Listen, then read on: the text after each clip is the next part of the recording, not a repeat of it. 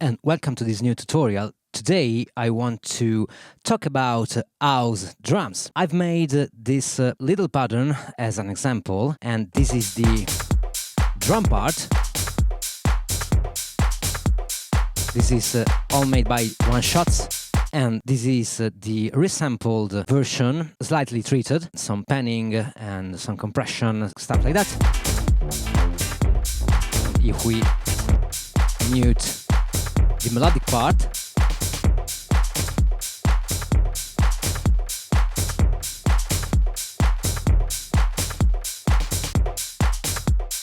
just a little bit more stereo width and pumping and compression, so nothing fancy. Now I want to focus on the drum part, and the main thing I want to point out is the difference between techno drums and house drums. There are a lot of similarities, but there are also big differences, and the main one isn't in the sequence itself, but resides in the quality of the sound. Basically, with house, we want to choose more organic sound rather than using a lot of FM-ish and very kind of harsh sound that we are using in techno, especially for the percussion part, which is really important in techno and in house music. Now I picked some sample here: a kick, 3 hats, a snare,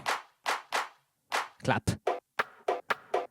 2 percussions, and a low tom. So pretty basic kit. Of course, we can work with a lot more bigger kits, but for the sake of this video, I think it's enough. So basically, let's start to dive deep into every single sound. I want to make a new sequence, so we can maybe record a new sequence for 4 bar. TRX, yes, nice. Let's pick the kick, and of course we want to use a 4 on the floor pattern, so easy peasy. Nice. Now, let's start with the 3 hat, and I want the open hat, of course, on the upbeat. So, as usual, I want the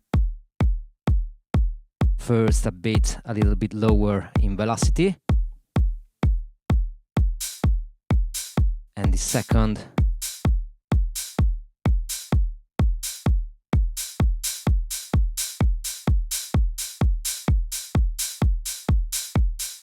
nice. So we have this movement, and we can also use just a touch of micro timing.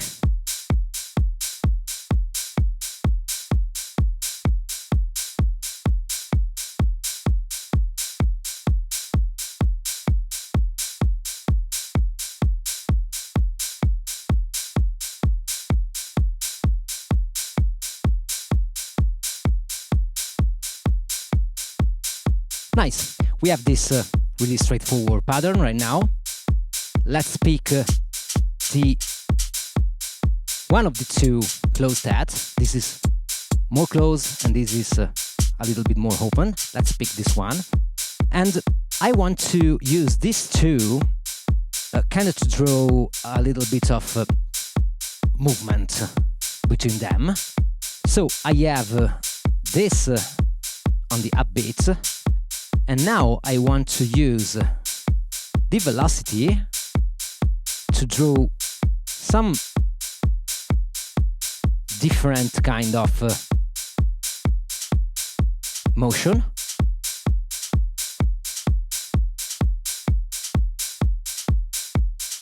Let's change the second one.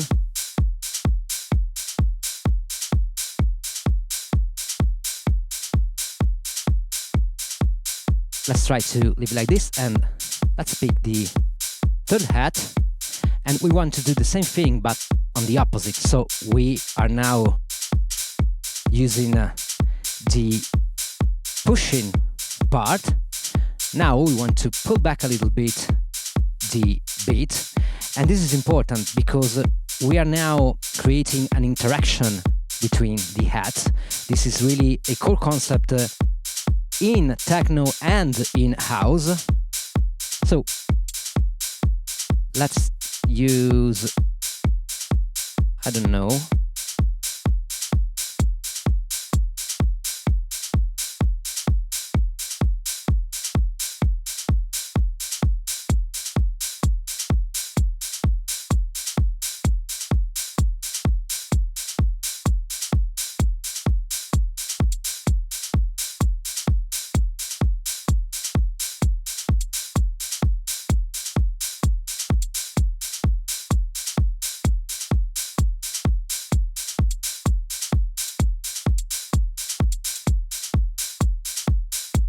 yes, that's not bad.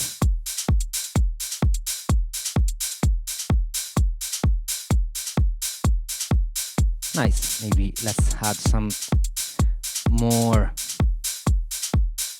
on this one. And let's mix it up a little bit, not 127, but yes. So we have this kind of interaction between the two samples, and this is very important. This kind of interaction is what makes a pattern groovy. Now we have to move a little bit this. Move a little bit this steps here, just to create some more micro timing, just a touch.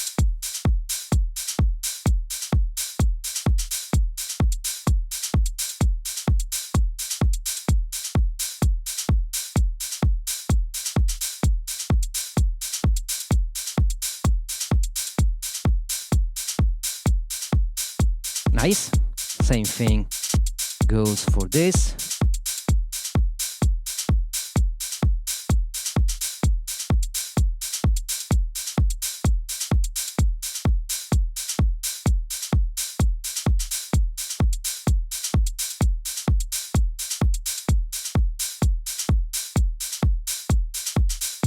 Nice.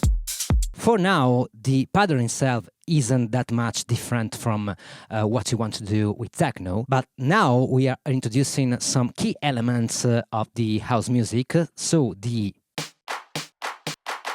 clap, which is a classic, of course. The snare, it's used also into techno music, but it's a different kind of snare.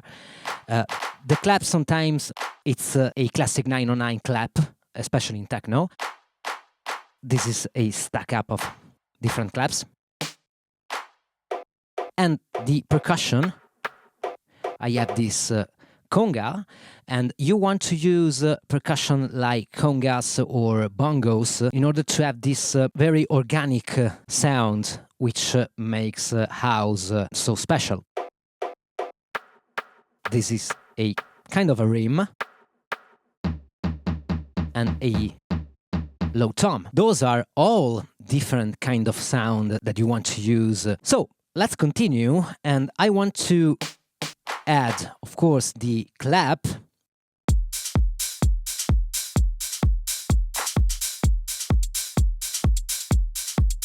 Let's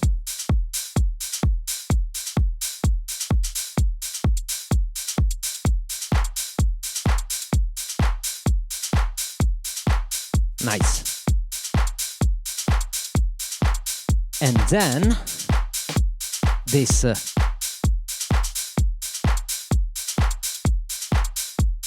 snare, remember, we want always to use velocities to inject more groove and more dynamics into our pattern. So don't forget to use velocity. Sometimes you want to use 127, so maximum, as I just done on the clap, but sometimes you want to use different velocities. because you are placing your little pieces of your puzzle in different spots, right? Let's try to use this snare, kind of something that underline the beat. Let's try to use yes.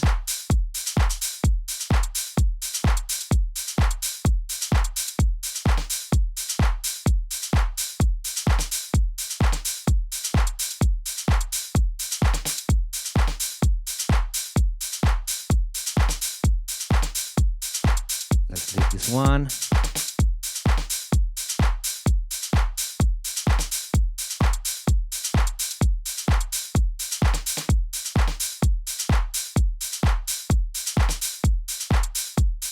Or just for the sake of trying, we can try some different spots.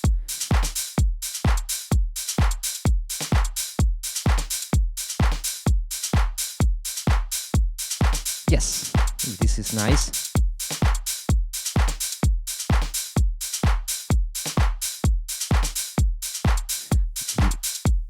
A little bit more. Yes, that's cool. Now let's go straight to the percussion, and we want to do the same thing we have just done with the hat. So we want to create some interaction between these two samples here, right? So let's use the same concept when one sample is used to push up the beat and the other one to pull down a little bit. We are stretching the beat in this way. So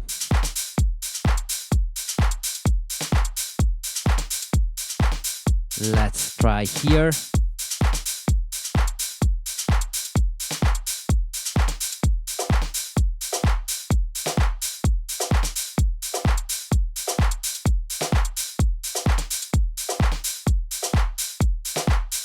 Nice. Let's use a lower velocity on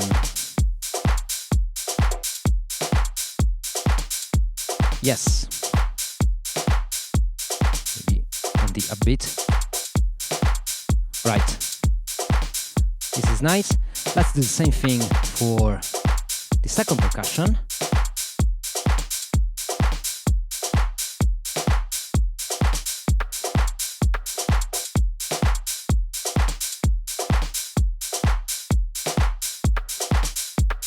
They are kind of the opposite. One is preceding the upbeat and the other one is following the upbeat and preceding the one.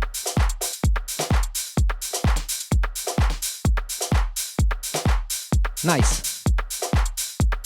Now we have this tom here. We can use this one to make something more bouncy in the bass part.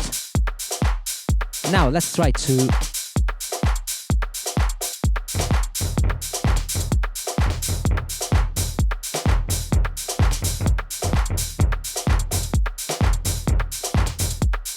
but I want to use velocity. I want to record something live, so I need to basically yes, I want this. Now I want to record, so let's select the correct sample and 16 velocity.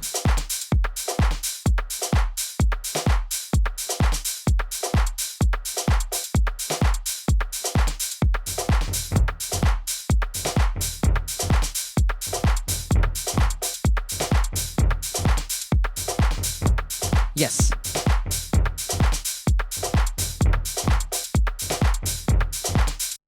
Nice. Now we have our pattern. And if you listen closely, we have all the elements that are interacting one to each other. Some of them are overlapping, some of them are not overlapping. they create this kind of puzzle, right? Now, all we want to do is to resample all this single sequence contained into the pattern, and we want to do something like this. So the usual stuff. We want to print all our stems. Some of them I've printed together. Here, the clap and the snare. Here, the two percussions. And I've done this for save some voices. So basically I can have the clap and the snare, which are complementary sound in function, can be printed together. The various percussion. I don't want to print usually together the hats because this gives me the freedom to have more dynamics when you are performing live and when you are muting or unmuting stuff. We can inject some little colors by having the separate control over the three hats, but this is up to you. It's up to your style. So this is a really simple video, but I hope that you have understood the difference between techno and house programming, but the main difference is on the sound.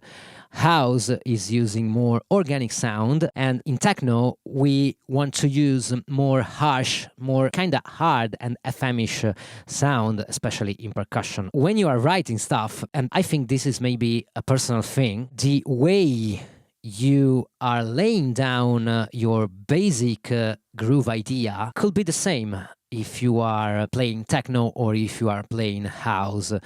The core difference is in the sound, because it changes the function of every sound. In house, you have to remember that the drum part is kinda something that is underneath the melodic part. It's sustaining the melodic part with the bass. In techno, the drum part and the bass are the main focus. So this is a big difference, and this leads you picking different sounds and assigning to different kind of function. In this pattern here,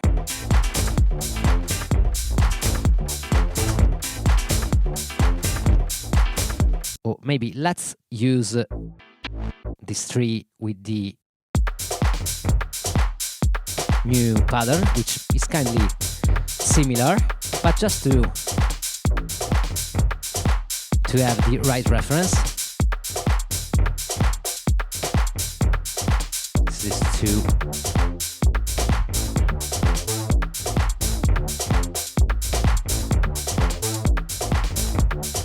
Oops.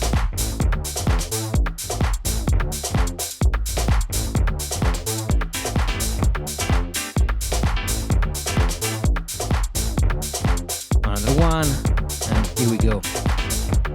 Nice. So, as you can hear, all the drum are sustaining the bass, and they are not the main focus, because the main focus here, right now, is the melodic part on top, the chord. The bass also is sustaining.